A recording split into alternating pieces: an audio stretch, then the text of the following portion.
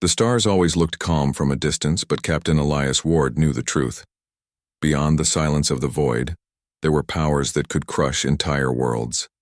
Humanity had risen quickly in the last 2 centuries, building colonies, fleets, and alliances. But now they stood at the edge of something far greater and far more dangerous. The Seraphics had appeared like ghosts. Their ships shimmered with a strange light, like blades of crystal floating in space. No one had expected them. No one had ever seen a species so perfect. Their bodies were tall, slender, glowing faintly as if stars themselves ran through their veins. Every movement was graceful, every word carried like music. But behind that beauty lay terror. Their queen, Lithera, was a legend even before humans met her. Other species whispered about her kiss. To the Seraphics, a kiss was more than intimacy, it was a binding act. But to outsiders, it was death. Her lips carried a neurotoxin so powerful that no alien had ever survived it. Entire delegations had collapsed after a single touch. Some said it was nature's defense, others said it was her cruelty. When the Seraphics demanded to meet humanity, the United Earth Council hesitated. Who would face them? Who would dare walk into the chamber of a queen whose touch killed kings? The answer came in one name: Elias Ward. He was no ordinary officer. He had fought in wars against pirates, served as peacekeeper on lawless frontier worlds, and survived missions others had abandoned as impossible. His reputation was not built on brilliance alone, but on his unshakable will. Some said Elias Ward did not know how to surrender. And so when the time came, he stepped forward. The meeting was held on Argy's Station, a neutral hub floating in orbit around a quiet blue star. The council chamber had been rebuilt for the Seraphics, its walls lined with flowing crystal panels that hummed with energy. A long table stretched across the hall, but Elias noticed at once that the Seraphics had no chairs. They stood like living statues, tall and bright, looking down at the humans who had chosen to sit. Lithera stood at their center. Her presence struck Elias harder than he expected. She was luminous, her skin like pale silver, her eyes pools of violet fire. Her voice, when she finally spoke, was soft yet heavy, like velvet covering steel. "Humanity," she said. "You spread quickly. You build where others collapse, you defy limits. Yet we wonder, are you ready to stand among those who are greater than you?" The words carried both curiosity and challenge. Elias rose from his seat, his uniform crisp, his eyes steady. He bowed his head slightly, enough to show respect but not submission. "Your Majesty Lithera," he said, "humanity has always been told what it cannot do, and always, we prove the universe wrong. That is why I am here." A faint smile curved her lips. It was not warm. It was dangerous. The negotiations began with formal words. The Seraphics asked about human fleets, about colonies, about resources. They spoke of trade, of alliances. But their tone carried something deeper, like predators testing the strength of new prey.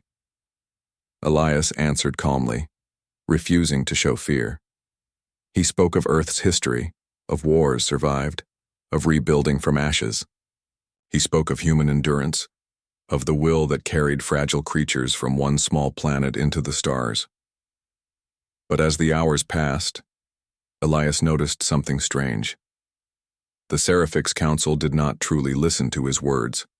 Their eyes kept flicking toward Lithera, as if waiting for her judgment. She sat with stillness, her gaze fixed on him like a flame that would not waver. Finally, she rose. The room fell silent. "You speak well, Captain Ward," she said. "But words are air. Strength is proven only through risk." Elias's muscles tightened. He had heard of this moment. The Seraphics always demanded a test, a ritual, and there was only one they truly respected. Lithera stepped closer. Her presence was overwhelming, as if the air itself bent around her. She stopped just a breath away, her violet eyes locked on his. "Will humanity dare what others fear?" she whispered. Will you accept a kiss from me? The council gasped. Several human advisors rose in protest, their voices sharp. This is madness. No one survives her touch. Captain, you cannot. But Elias lifted his hand, silencing them. His heart pounded, but his mind was clear. If he refused, humanity would forever be seen as cowards. If he accepted and died, it would mean sacrifice, but also defiance. Either way, he would show the Seraphics what humans were made of. He stepped forward. I will accept, he said. Lithera's eyes narrowed slightly, as though she had expected hesitation, perhaps even tears. Instead, she saw resolve. For a moment, something unreadable flickered across her face. The chamber grew cold with silence as she leaned closer. Her lips brushed against his. At once, fire surged through Elias's veins. It was not pain alone. It was a storm. His vision blurred, his muscles burned, his lungs screamed for air. The toxin raced through his body like lightning. He staggered, gripping the edge of the table. The Seraphics Council leaned forward, expecting his collapse. But Elias did not fall. He clenched his fists, teeth grinding, every fiber of his will forcing his body to endure. His heartbeat thundered, not slowing, not stopping. The poison spread, but something inside him fought back, not strength of flesh, but strength of spirit. Seconds stretched into eternity. Finally, he straightened, gasping but standing tall. The Seraphics Council erupted in whispers. None had ever seen such a thing. Every other species had crumbled. But this man, he lived. Lithera stepped back slowly. Her hand touched her lips as if to confirm what had just happened. For the first time in centuries, her kiss had failed. Her eyes, sharp as blades, softened just slightly. You, she whispered, almost to herself. How? Elias forced a faint smile, though sweat beaded his brow. Because I am human, he said.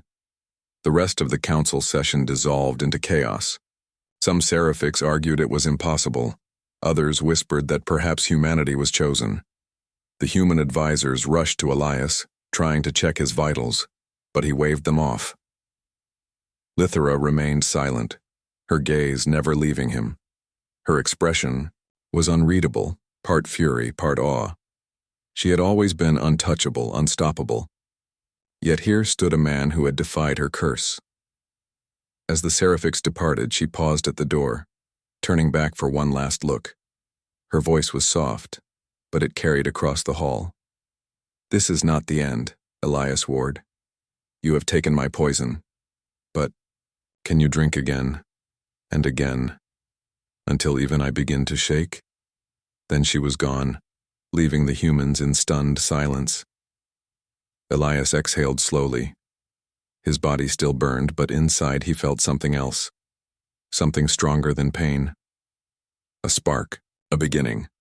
The arrival of the Seraphics had changed everything, and his survival of her kiss was only the first step. Humanity's story was no longer just about reaching the stars. It was about proving, to even the deadliest of beings, that humans were impossible to break.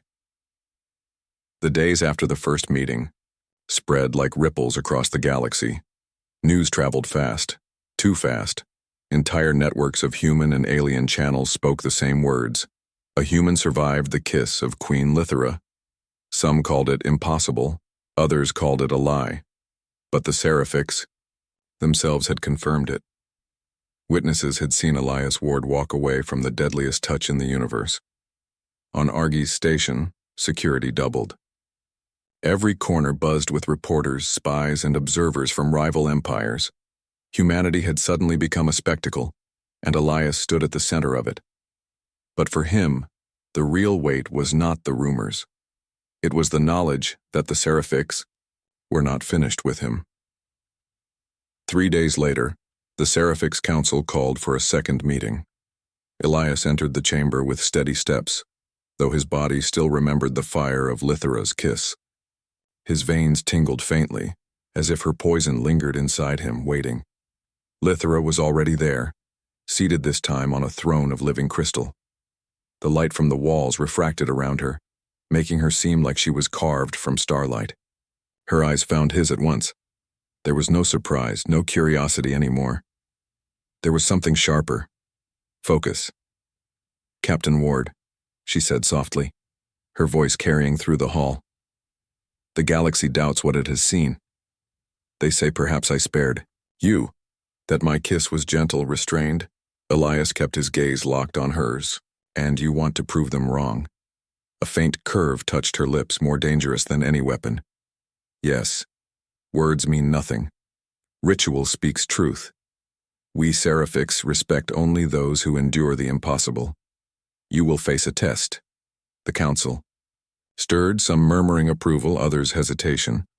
One of the Seraphics lords stepped forward. His voice was like a hiss of wind through glass. "The test is death. No one has passed it." Elias did not flinch. "Then it is the perfect test for a human." The ritual chamber was unlike anything Elias had seen. A circle of crystal pillars surrounded a smooth platform, glowing faintly with blue light. Symbols etched into the floor pulsed like veins. The Seraphics called it the Circle of Binding, used only when they measured the worth of other species. At its center stood Lithera. She was draped in a robe of white threads that shimmered as if woven from moonlight.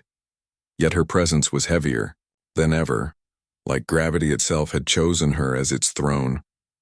She looked at Elias as he entered the circle, and for the first time, he saw no trace of doubt in her.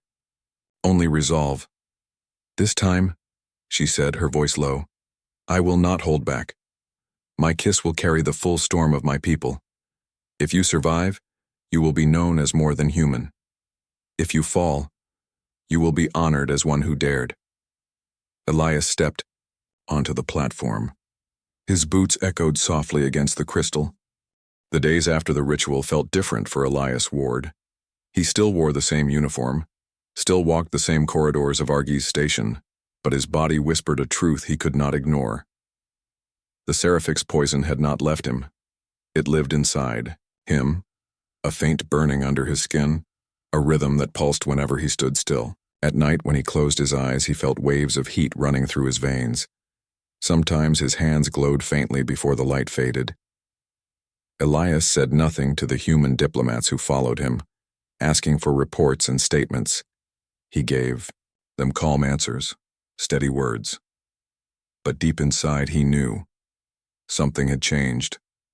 He was no longer the same man who had stepped into Lithera's chamber, and he suspected she knew it too.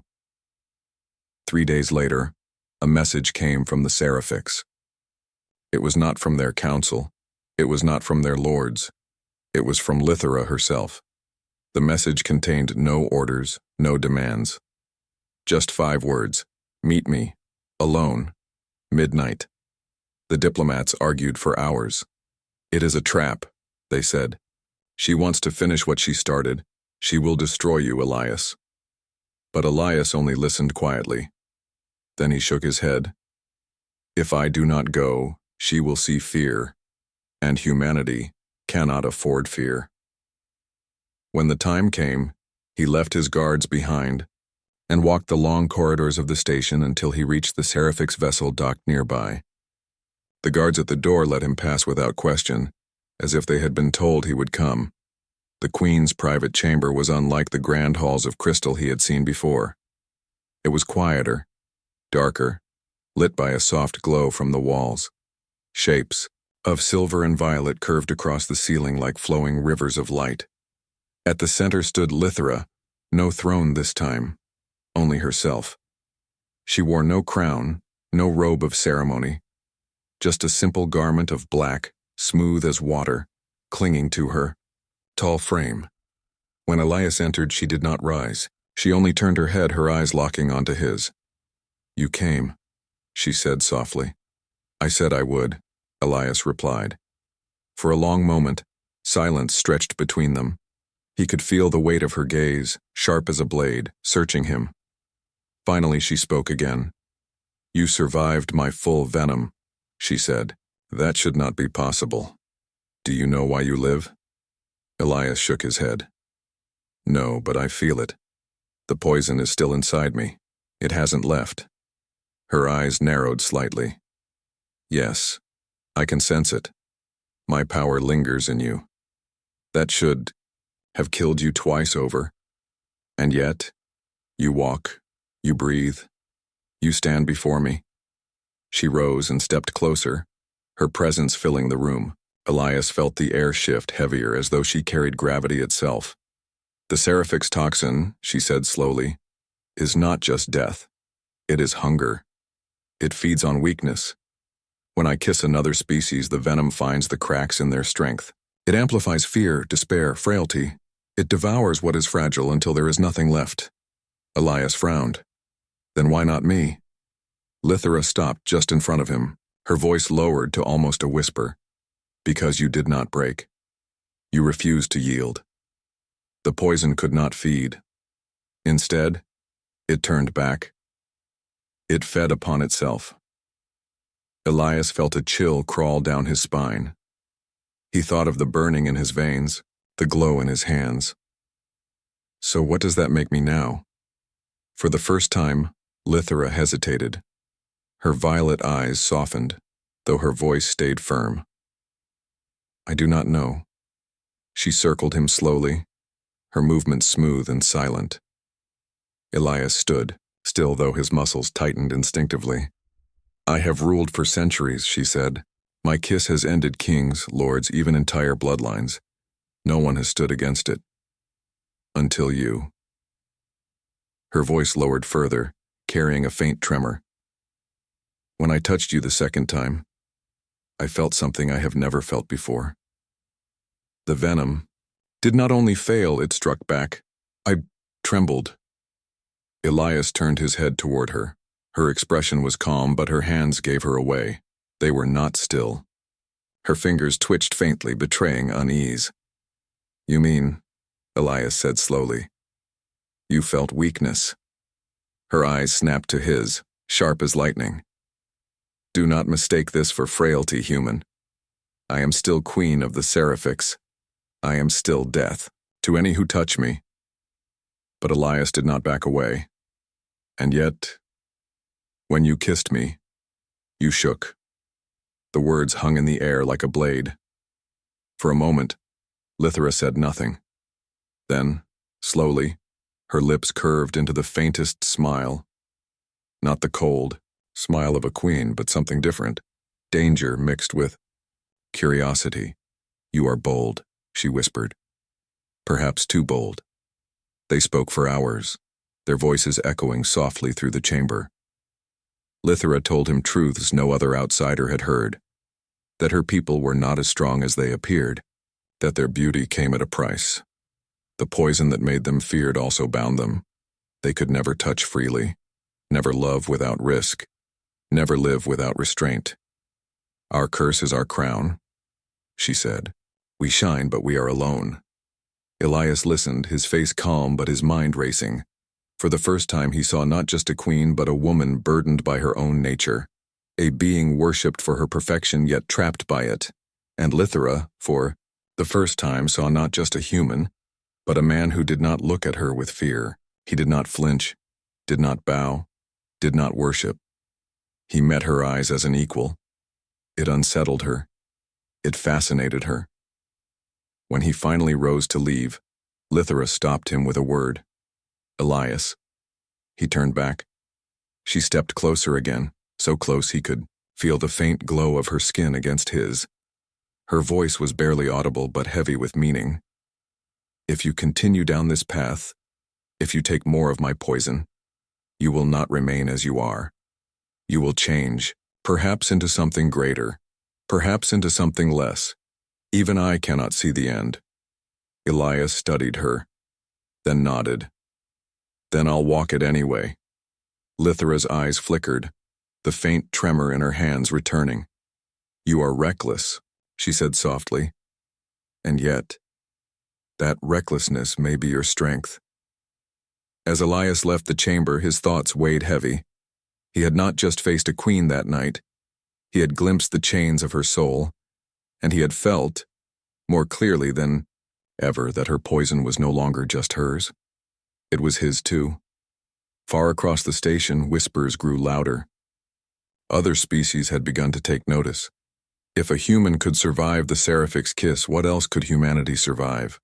Some called for alliances, others for war. Old enemies of the Seraphics now looked at Earth with suspicion. The galaxy was shifting, and Elias was the center. But in Lithera's private chamber, the queen stood alone, staring at her trembling hands. For centuries, her kiss had made others fall. Now, for the first time, it had made her shake, and that, more than anything, frightened. The galaxy was not silent after Elias Ward's second survival. It roared. From one end of the star lanes to the other, messages spread like fire. The impossible had happened twice. A human had endured the kiss of Queen Lithera and walked away alive. No other species had done so in all of Seraphic's history. To some empires, this was proof of humanity's courage. To others, it was a threat. If humans could resist the deadliest poison known to the stars, then perhaps they could resist anything. That thought frightened old powers who had built their rule on fear. Within weeks, a coalition began to form. It was not official at first, just whispers, secret agreements, quiet meetings in dark halls. But soon the whispers grew teeth. Fleets gathered, alliances sharpened, and their eyes turned toward both humanity and the Seraphics. The message was clear: break your bond or face war. On Argy's station, the tension was thick enough to choke. Diplomats argued endlessly in meeting rooms. Human advisors shouted that alliances with the Seraphics were reckless. Some begged Elias to withdraw. We should step back before we are dragged into a war we cannot win, they warned. But Elias Ward stood unmoved. He had felt the poison in his veins, had seen Lithera tremble. He knew what it meant. Humanity could no longer be seen as fragile. Newcomers, they had stepped into the center of the galactic stage, and there was no turning back. When the council pressed him, he answered simply, "If we retreat now, we prove them right, that humans are prey. I will not let that be our story." The next summons came not from the council, but from Lithera herself. She called Elias into the great crystal hall of her flagship, a vessel so vast it dwarfed even Earth's largest dreadnoughts. When he entered, she was already waiting. Her council gathered in silence behind her. "The coalition grows bold," Lithera said, her voice echoing against the crystal walls. "They send us demands. They tell us to cast you aside, to sever ties with humanity, or they will strike." Her violet eyes burned as they fixed on him. "They fear you, Elias Ward. They fear what you represent." Elias folded his arms across his chest. "Then let them fear. Fear is not the same as victory." A ripple of disapproval passed through the Seraphic's council. One of the lords stepped forward. "This human speaks as if he commands us. Why should we risk war for his kind? We gain nothing by standing with them." Elias's voice cut sharp through the hall. "You gain everything. You've ruled through fear for centuries, but fear invites enemies.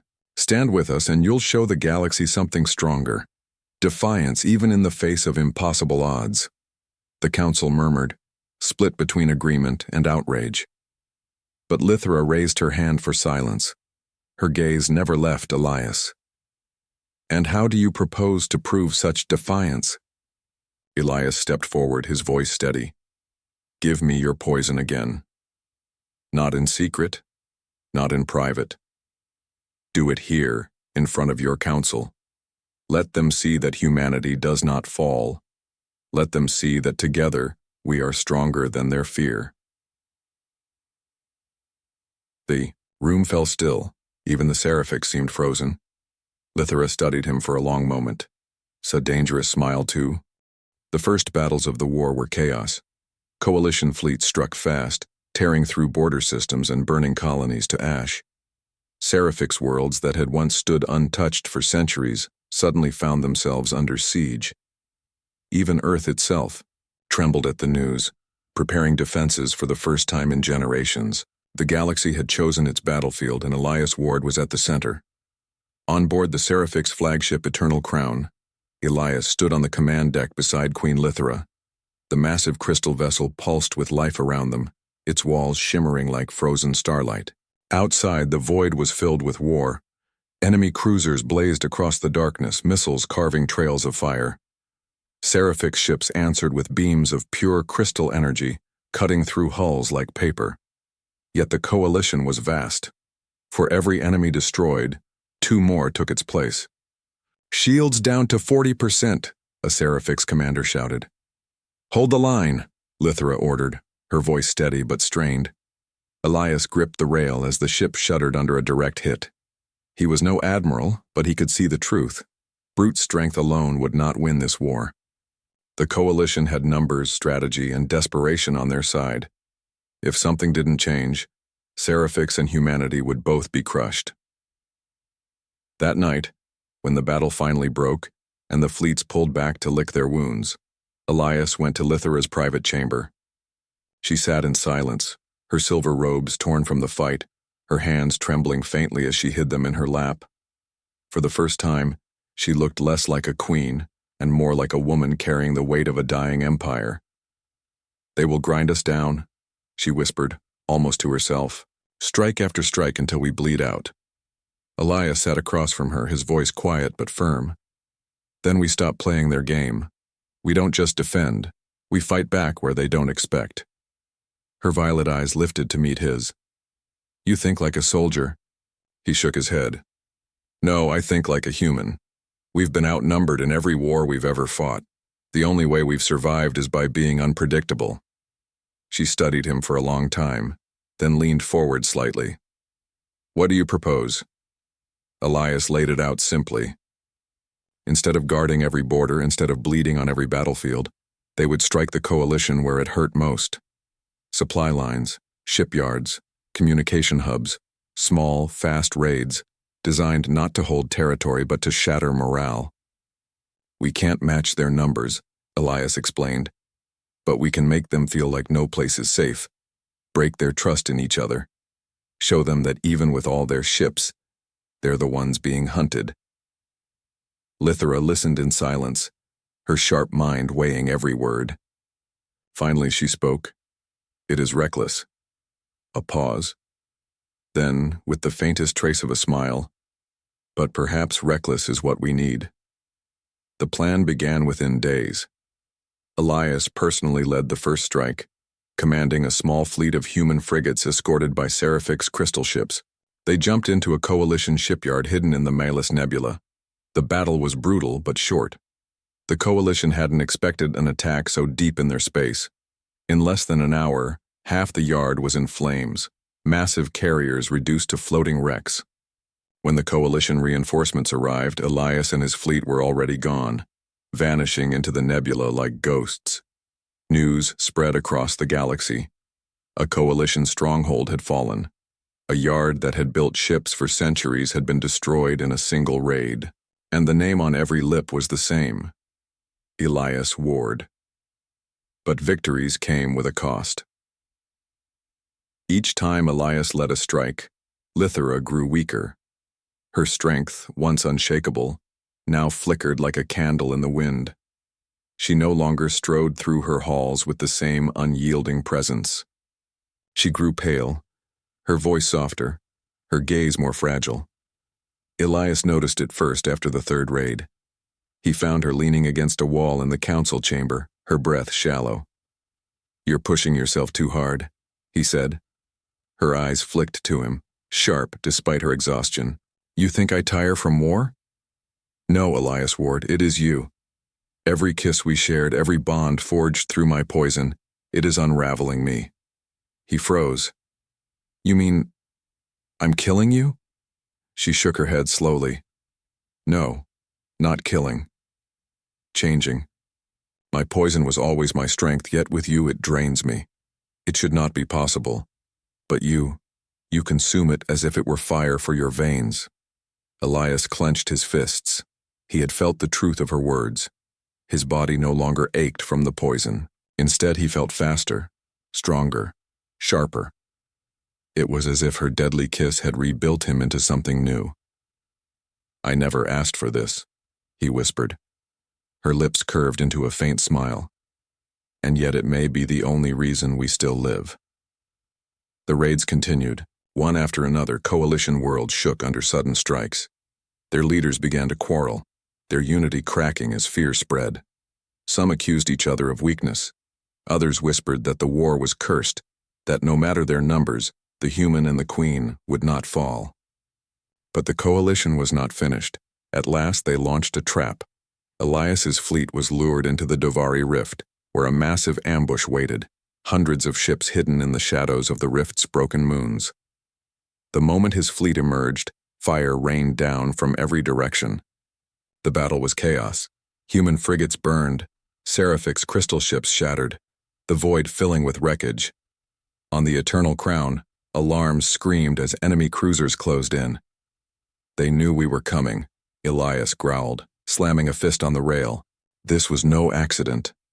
Lithera's voice was steady, though her face was pale as glass. Then we fight until the last. But Elias shook his head. His mind raced, searching for something, anything, that could turn the tide. And then, as another explosion rocked the ship, he felt it. The poison inside him surged, alive and burning like fire. It called to him, demanded release. He turned to Lithera, his voice urgent. Your ships run on crystal energy.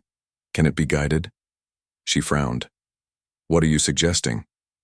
He met her eyes, determination blazing. That I use what you gave me. The poison, the light, whatever it is, it's in me now. Maybe I can push it through your ship, amplify it, make it something more. Her eyes widened. That is madness. You could burn yourself alive. Elias tightened his grip on the console. Then let me burn. Better me than all of us. There was no time to argue. Lithera gave the order, her hands trembling as she linked Elias to the living crystal core of the ship. The moment his skin touched the crystal, the poison surged. His veins lit with fire, and the ship itself answered. The Eternal Crown blazed with light brighter than any star. A wave of energy exploded outward, tearing through the ambush fleet. Ships shattered instantly, their hulls cracked open as if by a god's hand. The void itself seemed to ripple, bending under the force. When the light faded, silence fell. Dozens of coalition ships floated as wreckage, the rest fleeing in panic. The trap had become their grave. Elias collapsed, his body trembling, smoke rising faintly from his skin. Lithera knelt beside him, her voice raw. You fool, she whispered. You carry fire that even I cannot touch. Elias forced a weak smile. And yet, it worked. She closed her eyes, torn between fury and awe. For the first time in her reign, she felt not like a queen protecting her empire, but like a woman standing beside someone who had become her equal. Across the galaxy, the Battle of the Dovari Rift became legend. The coalition had been broken, its fleets shattered by a single ship, a single man who drank poison and turned it into light. Whispers spread faster than any fleet. The human who cannot die. The queen who bends for him. Together they are unstoppable. But Elias knew the truth. Every victory pushed them closer to a final reckoning. Lithera grew weaker each day, and the fire inside him burned hotter, threatening to consume him. The war was not over. The real battle was still to come, and when it came, it would decide not only the fate of humanity and the Seraphics, but the future of the galaxy itself. The galaxy held its breath. After the disaster in the Dovari Rift, the coalition was broken but not destroyed. Their fleets were scattered, their leaders furious and their pride wounded. They gathered what remained of their strength for one last push, a single decisive strike to crush the humans and the Seraphics forever. For Elias Ward, it was clear. The final battle was coming. On the Eternal Crown, the air was heavy with tension. Crews hurried through crystal halls preparing for the storm. Human frigates joined the Seraphic's fleet, their smaller frames moving like wolves beside giants. Together they gathered above the world of Varys, a planet of endless oceans. It was here the coalition would come. Intelligence was certain.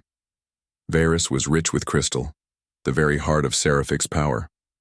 If it fell, the Empire would die. If it held, the galaxy would change forever. Elias stood on the command deck, his reflection faint in the crystal walls. His skin still glowed faintly from the poison fire within him.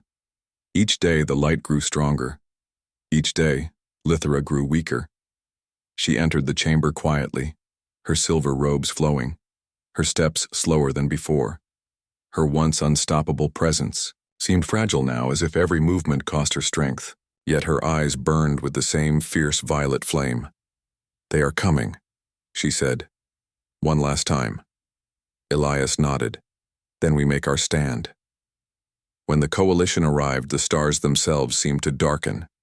Thousands of ships filled the void, a storm of steel and fire stretching farther than the eye could see. Massive dreadnoughts loomed like mountains in space, their cannons glowing with power.